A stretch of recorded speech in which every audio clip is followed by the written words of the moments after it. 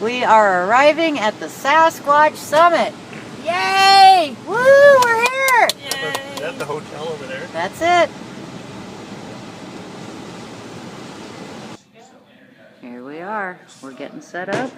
Got my table set up here. It's gonna be awesome. Gabby can't be here tonight. Sam?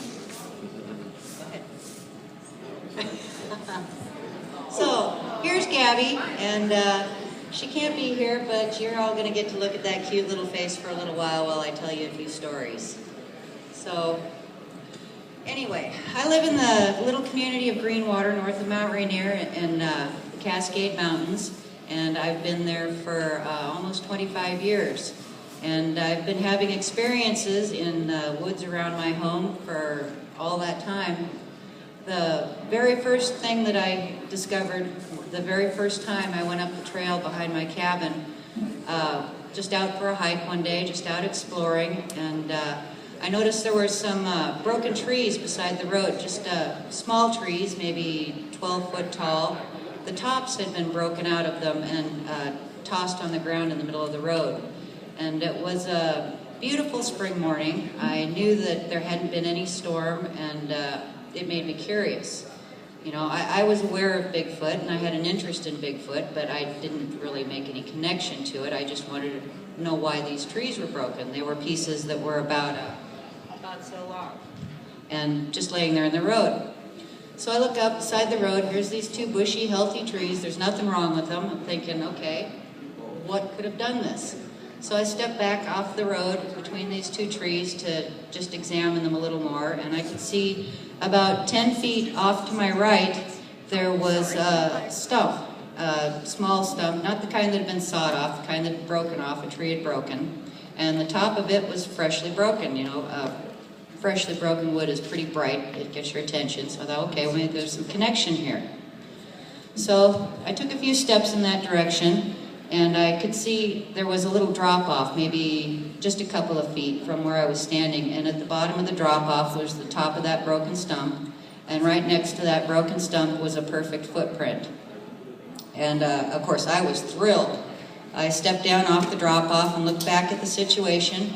You could see where toes had been at the top of the little rise, and the foot had slipped, and as it went down it left toe marks all the way down that little slope there.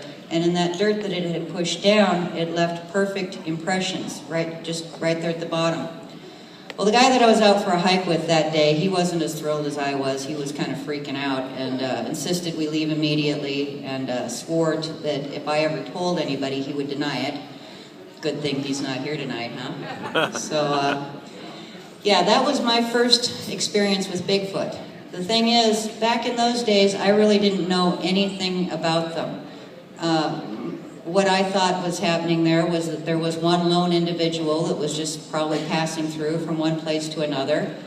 And at that time, I had no idea that they lived in family groups, or that that family group was full-time residents in the woods around my cabin.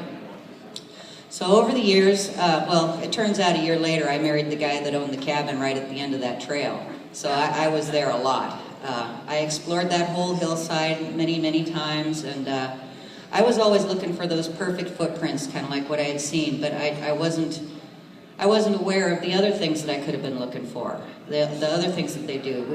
There was a lot of strange stick structures that I would find, and let's see, there was one time I heard an owl growl. That kind of made my blood turn cold.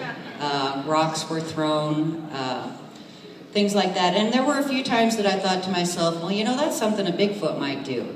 But we don't have any of those around here. If we had Bigfoots around here, I'd know about it. It's a small town, people talk. You don't keep secrets in a small town. And Bigfoot's a pretty big secret, so I just assumed we didn't have any.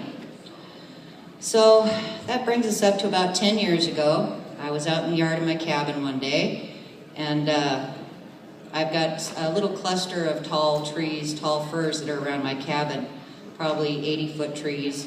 And just out of the blue, this black ball of fur comes dropping down straight out of the top of one of those trees, hits a lower limb. From there, it ricocheted, propelled itself across the roof of my cabin, hit another tree, dropped down to another limb, went back over the roof of the cabin, hit the porch roof, and was gone. And from where I was standing, all I had to do was lean back like this, just to see the ground in front of the porch. And I fully expected to see some poor broken creature laying there.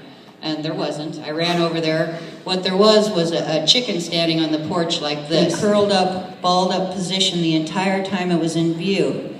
And back then and now, the best way that I can think of to describe what I saw that day was a monkey doing a cannonball. So I thought about that many, many times over the years, trying to figure out what it could have been, and my mind always went back to baby Bigfoot. But, you know, that just seemed really ridiculous. You know, I mean, what's a baby Bigfoot doing in my tree? And where's Mom? You know, I could not accept that that's what I had seen. So, as time went on, we bought another house that was a little farther up the valley, about 5 miles up, and but I did still spend most of my time at the cabin because, well, I just really like it down there.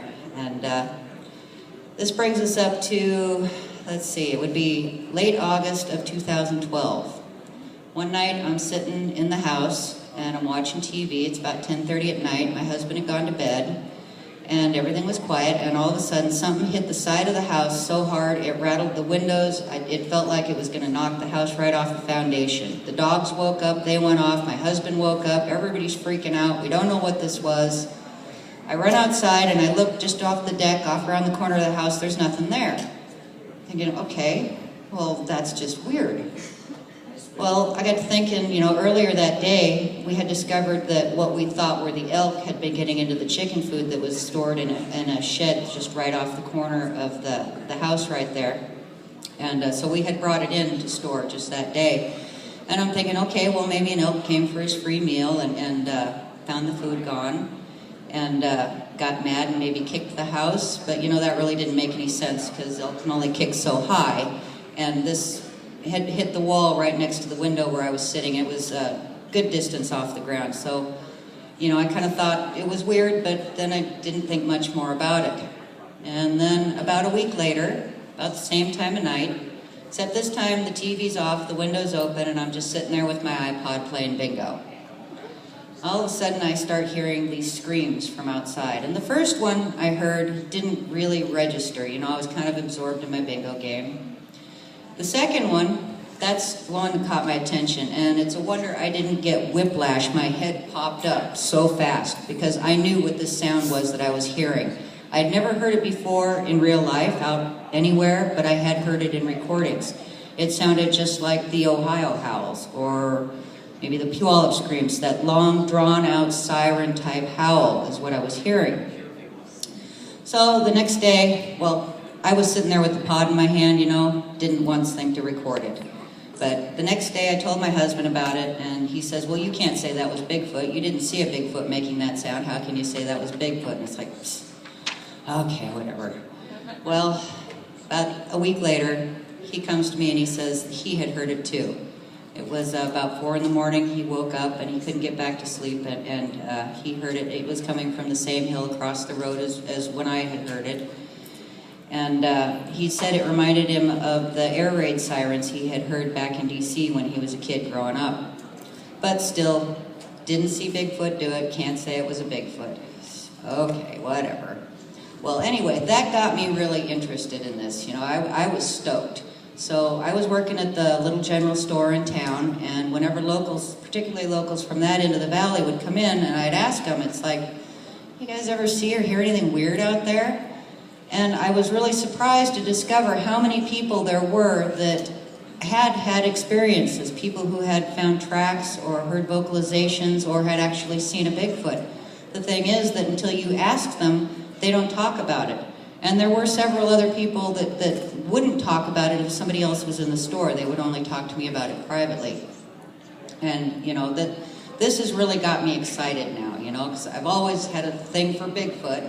But now I realize that they were right there, were right around our home, and apparently on a regular basis. But I'm still thinking up the valley, which is a lot closer to more remote areas up in there. I still wasn't thinking down around the cabin in Lower Greenwater. So, we're gonna skip ahead to about 2 months later.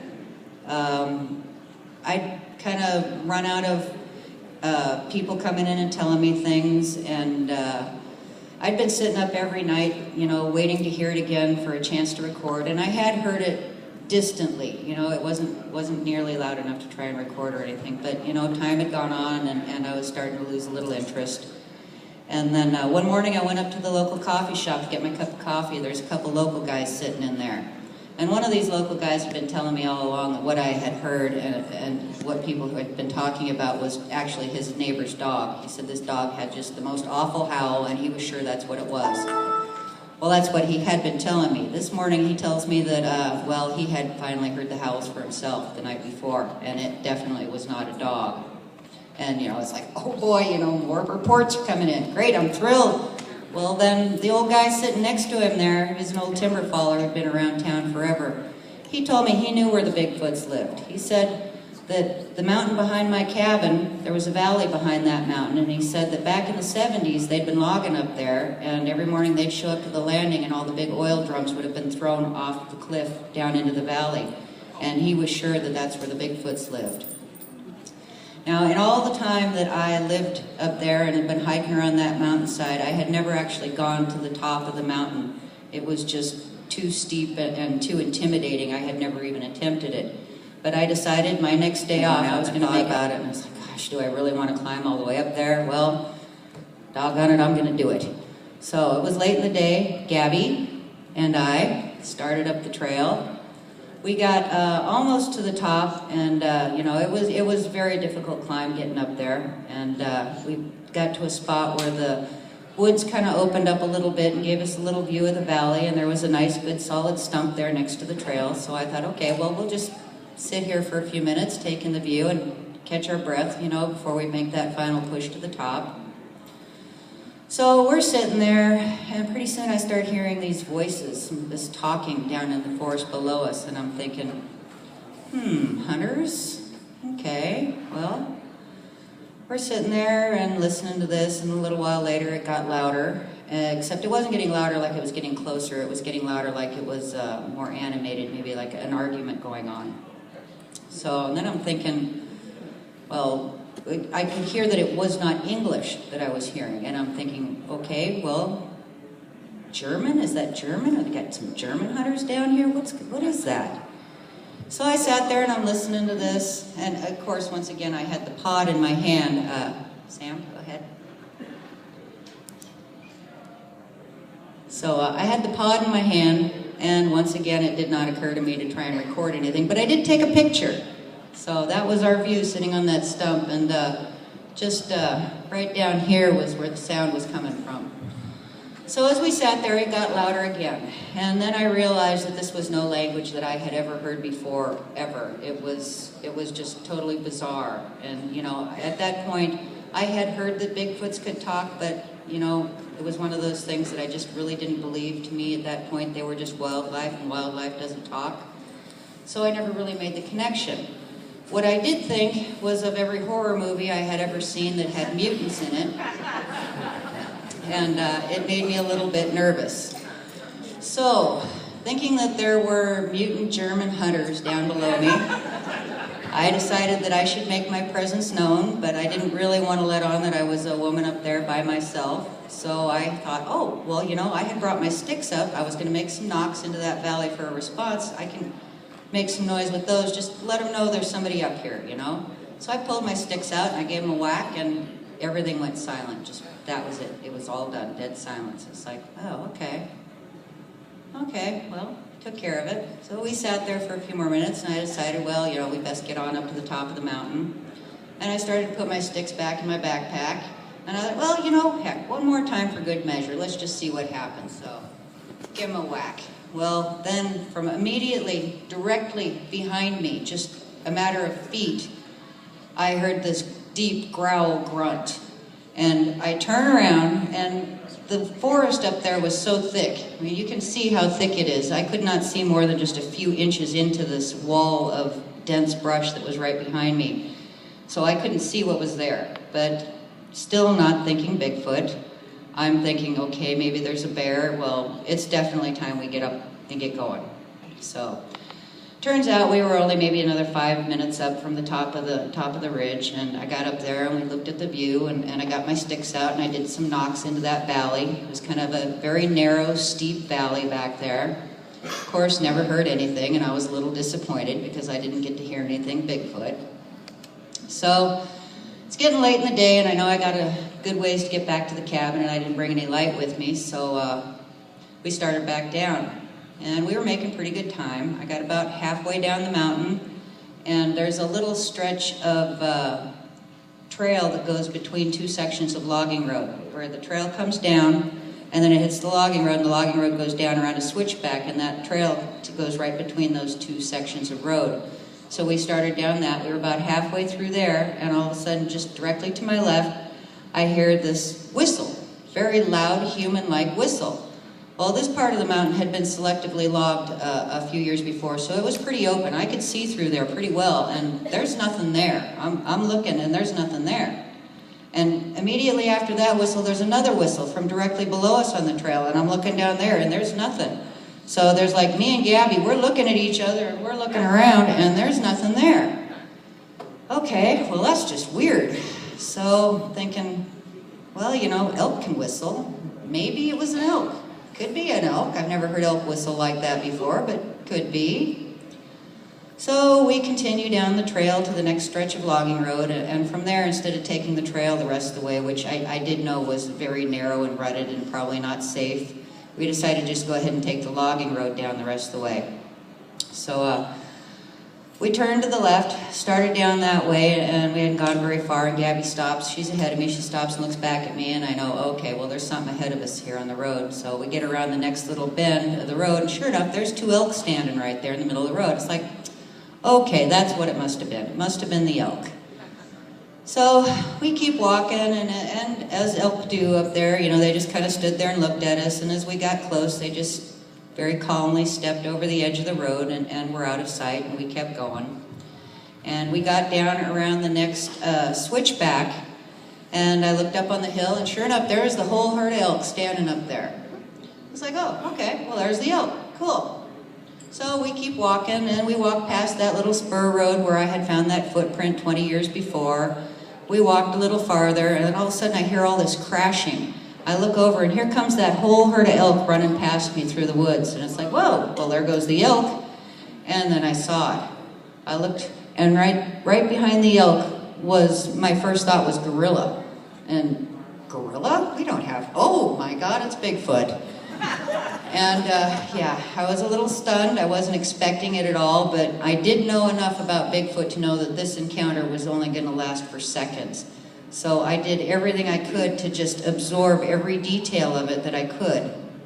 And I could only see it from about here up. It was behind the last yellowed leaves of a patch of vine maples that were there. And for the first split second that I saw it, it was facing me full on. And then it turned and went directly in the path of the elk. And I don't believe it ever looked at me at all that I noticed. I mean, we were right there 50 feet away, and obviously right there, so it had to know we were there.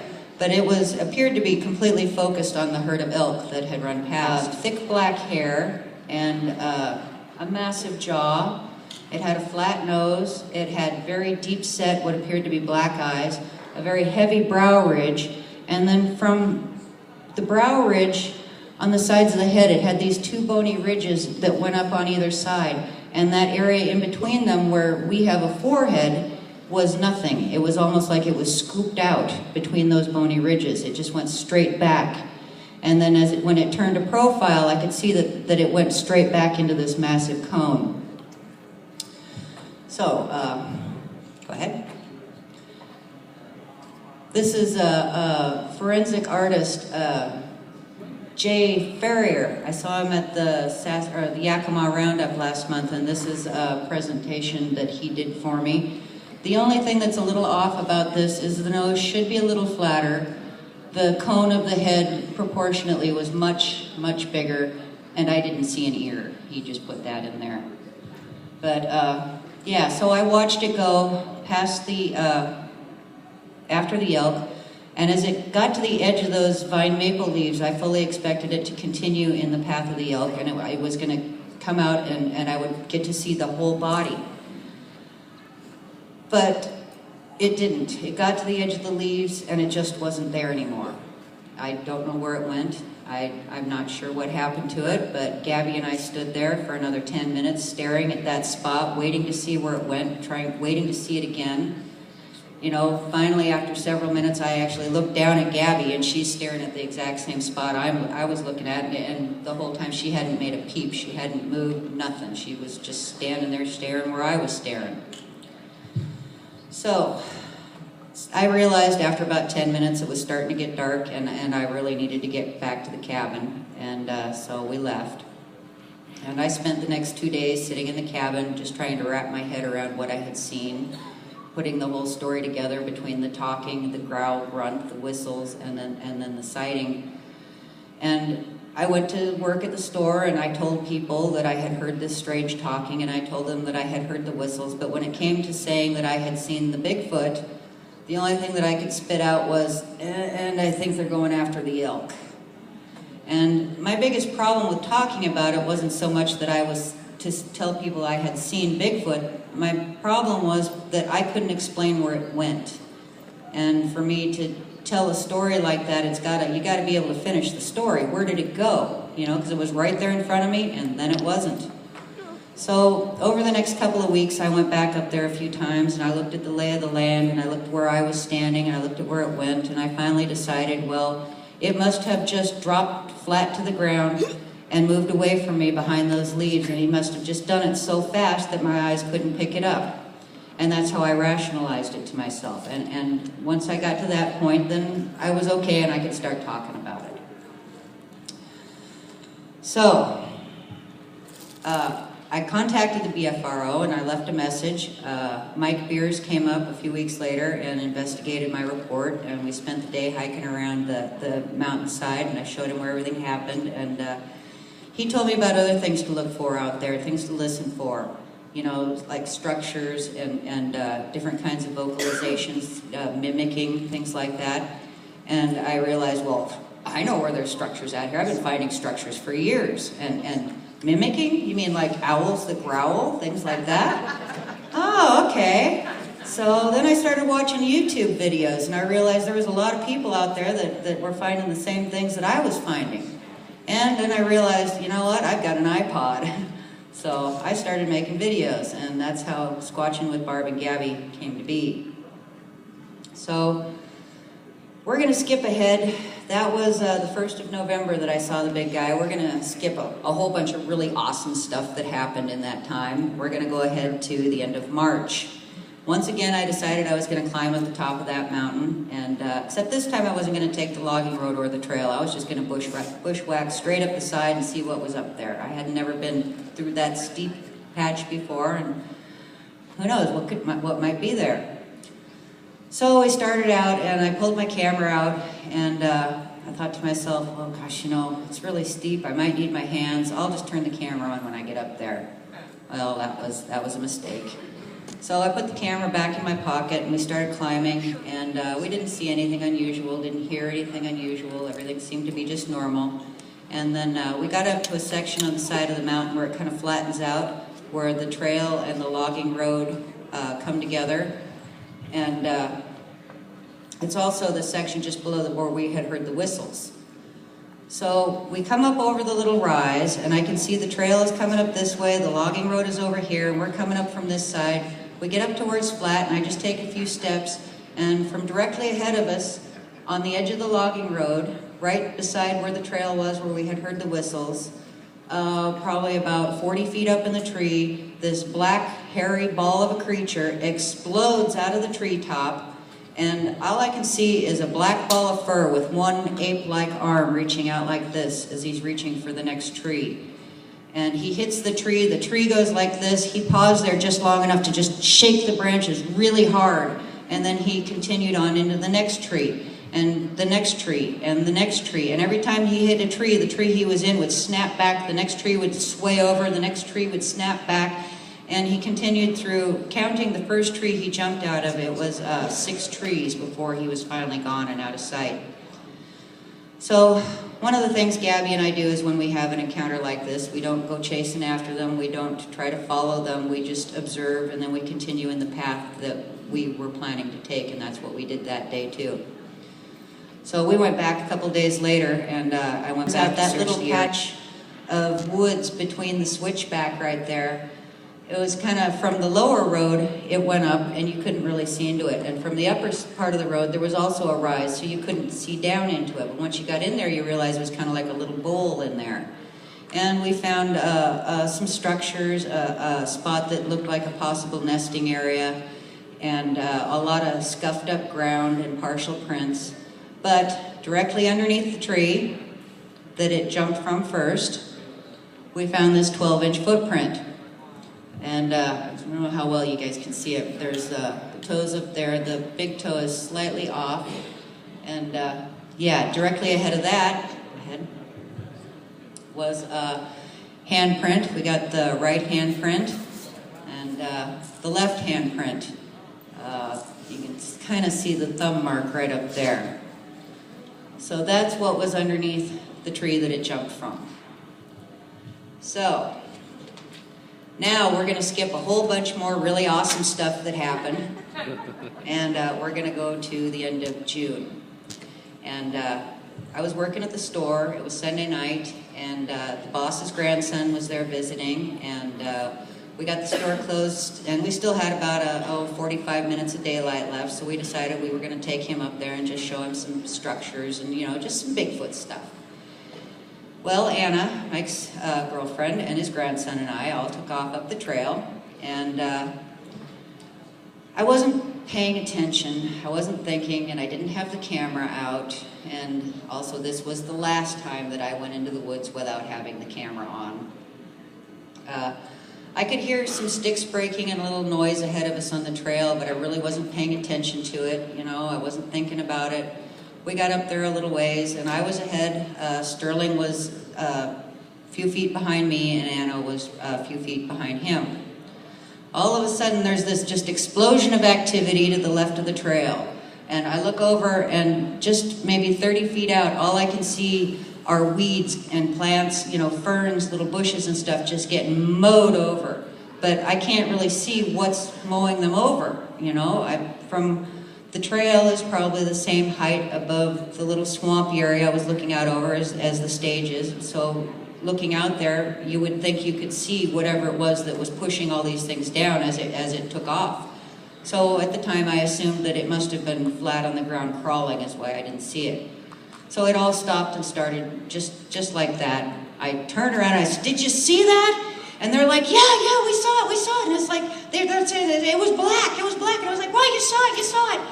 Well, it took several minutes before we kind of calmed down and talked about it, and then we realized that what had happened is we had each all been looking at a different place when it happened, and all three of us saw something different.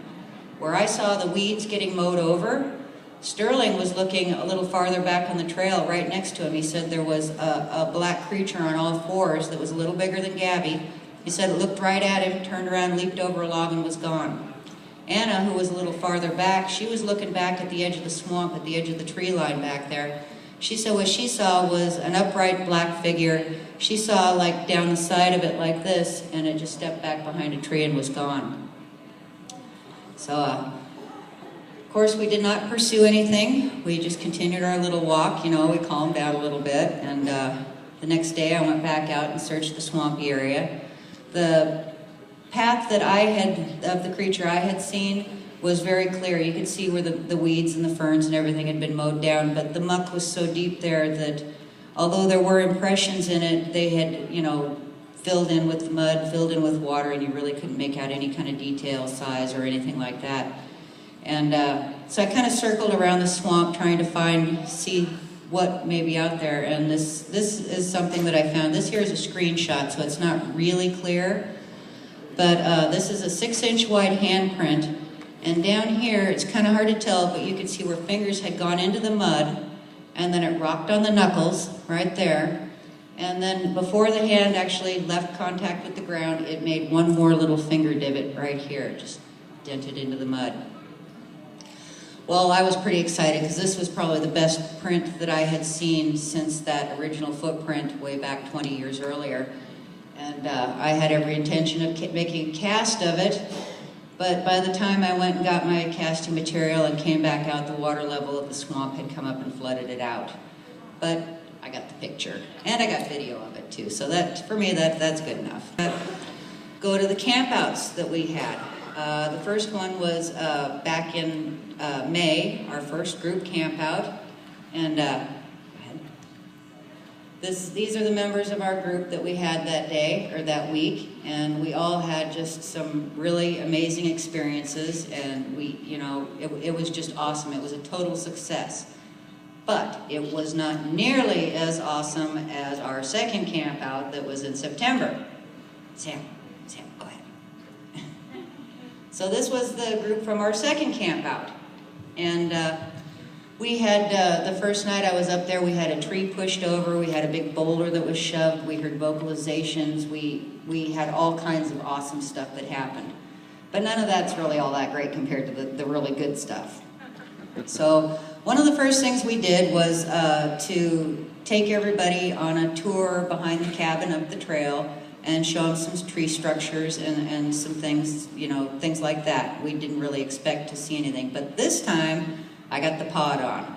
It's on my walking stick, it's attached. I'm not actually, making a video, it's just on, so I wasn't looking at the screen, wasn't paying any attention. We all started up the trail, and as we started up, we thought we heard a couple wood knocks, but it was a little breezy, so we couldn't really say for sure that's what it was. We got up the trail just a very short distance, and we split up. My dad and his wife and Lee had all seen these structures before, so they continued up the trail just a little ways to where there were some logs down. They were going to sit there and wait for us.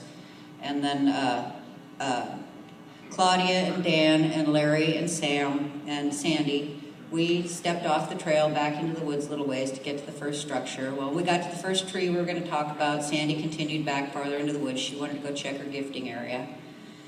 And so that just left the 5 of us right there around this one tree we were talking about. So we're standing there, and I got the camera on. We're talking about the tree, and all of a sudden I see this black creature pop up. I see a roundish domed head, no neck, big muscular shoulders, just pops up. We later measured it was 80 feet away, and it takes off. So there was a tree in front of me. As it took off, it disappeared from view. I kind of leaned over. I saw it again as it went back toward the trail where Dad and Juanita and Lee were sitting. And I'm thinking, okay, it's headed right for them. Maybe they'll get to see it. But once again, I was also seeing it pushing weeds and little plants and ferns, just mowing them over, and then it was just gone. So we were pretty excited. I knew the camera was on. I knew it was aimed in the right direction, and I had my fingers crossed we got something on camera. Sam and Larry and Dan, none of them were standing at the right place to be able to see it, but Claudia was standing right next to me. She saw it too. We made our way back to the trail and asked them, Dad and Claudia and Lee if they'd seen anything, or Dad and Juanita and Lee if they'd seen anything, and no, they hadn't. It hadn't actually gone all the way across and gone out over the trail. But at that exact instant, they did hear the commotion, and Juanita was sitting there with her little dog, and the dog looks that way, and it barks. And she said, oh, okay, dog barks. And she looks back, and then directly across the trail from where she was sitting, she saw what she described as a baby monkey come down the tree. A little black baby monkey came down the tree head first and just disappeared into the bushes. So she said it was approximately so big by so big, which would be a baby. So we were pretty tickled about that. Okay, so here we got one sighting of what I thought at the time was probably a small juvenile, but we later discovered that there was a small rise of ground that it was behind, so it was probably a lot bigger than what I had first thought, and a baby. We went back the next day, we examined the area, we found 2 sets of 12-inch tracks leaving the area where I had seen the creature pop up. So, we were pretty excited about this. I had been filming all day long, and that night when we got back to camp, I went through all my little video clips of the day, And, you know, I'm kind of savoring this, you know, the big moment. Did I get it? Did I get it? I'm sitting there by the fire and I'm looking at the pod and it's like, well, that's not what I saw. The heck is that? It just looked like this little blur on the screen. It's like, okay, well, let's put this on a bigger screen. So I put it on my computer screen, which was maybe this big. And at that point, I realized, okay, this is different. Okay, this is Hollywood stuff, and my pod can't do Hollywood stuff. What is this? So we went and we put it on Juanita's big screen in the motorhome that was big screen, and we watched it on that. And at that point, I think I kind of went into shock for maybe a couple hours because Barb and Gabby has always been totally reality-based, and to me, this was just so sci-fi that I didn't know how to deal with it. So I'm going to show you the original clip from that day. So. Look up in this corner here, you'll see beside the tree there's a little branch down. Some of you may have already seen this before, but just watch back there in the background behind the branch.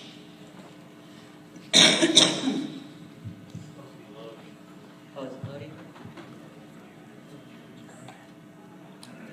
Okay, you know, when it comes to cloaking, I've never really thought that there was, you know, really cloaking, you know, the sci-fi thing. To me, it was another one of those things I kind of rationalized into thinking it's just a matter of they blend really well and they're really, really fast. And that was what I thought cloaking was.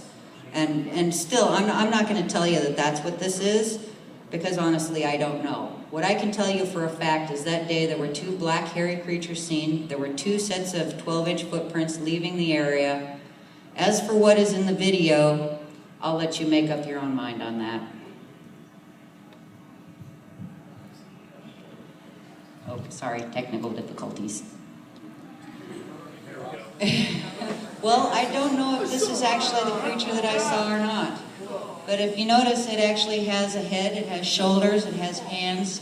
And Thinker Thunker did an analysis on it where he actually picked a foot out of this. So it's not playing quite right there. Huh. So I guess this Bigfoot really did not want to be seen. So there we go. Yeah. Pretty weird, huh?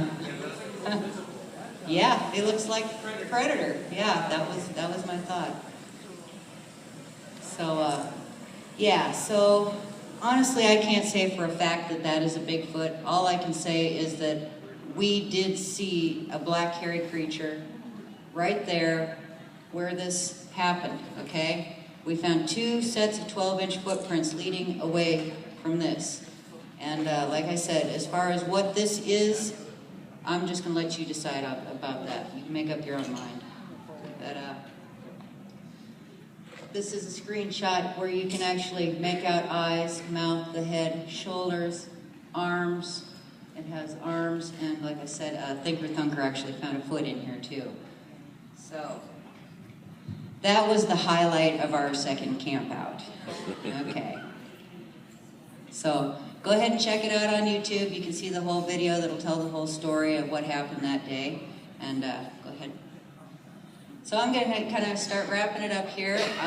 For those of you who are already Barb and Gabby fans, thank you so much for all your support. For those of you who haven't seen Barb and Gabby yet, we've got lots of other stuff to show you, like all those wonderful things I told you about we were skipping over.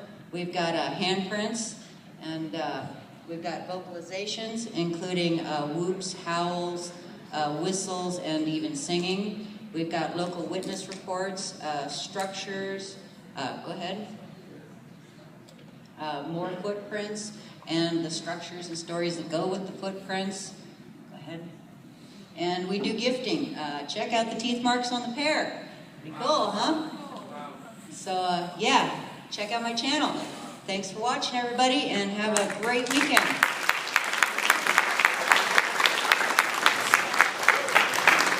Sorry, did anybody have questions? Yes, go ahead. Well, I'm just wondering, what does Gabby do when you see these things?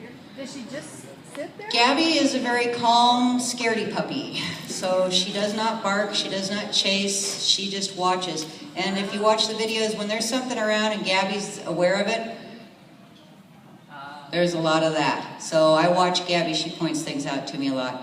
And she's had enough experiences of her own out there that she knows to behave herself. You know, if there's a squirrel or a rabbit, you know, she's going to go nuts. But yeah, when it comes to Bigfoot, she behaves herself. So, any other questions? Yes? Yeah, what part of Greenwater are you experiencing most of this stuff? The whole valley, you know, there's the whole area that's behind my cabin, all the way up at the other end, up around the 73 road, up in that direction. Over the summer, while I was working at the store, I was collecting witness reports on a weekly basis from that area. Everything from vocalizations to tracks that were found and sightings. So to tell you the truth, I don't think there's any part of the valley that you wouldn't be able to find a Bigfoot. You know, as you were talking about, it would come in slap beside your house. Yeah. I had that experience at my house when I used to live over by Lake Powson. I had one during the day, and it sounded like my house was 2-story, and it sounded like somebody grabbed a stick and whacked it up on the second floor of my house. And it was so loud, my dog just went berserk. Yeah. And it was in the middle of the day, and when I ran outside, there was nothing out there. Yeah, sounds just like what happened to me, except when I did it, I heard it was night, yeah. Yes, go ahead. Have you been given any gifts? I have received a few things, a decapitated owl. Yeah. There was a small, probably, maybe 10-foot long dead tree that was left on a stump adjacent to the stump where I was leaving gifts. I got into some hornets the summer before last. I got stung 9 times, and the next day there was an empty hornet's nest in the middle of the trail. So my dad, when he came up earlier this summer, he had been going down into the creek next to the cabin and had tripped and fallen. Of course, he didn't tell any of us that, but apparently the Bigfoot saw it because they left him a nice big sturdy stick right there in the creek that he used for a little handrail for the rest of the summer. So, yeah. Anything else? All right, well, thanks everybody. All right, give it up for Barb Shoop.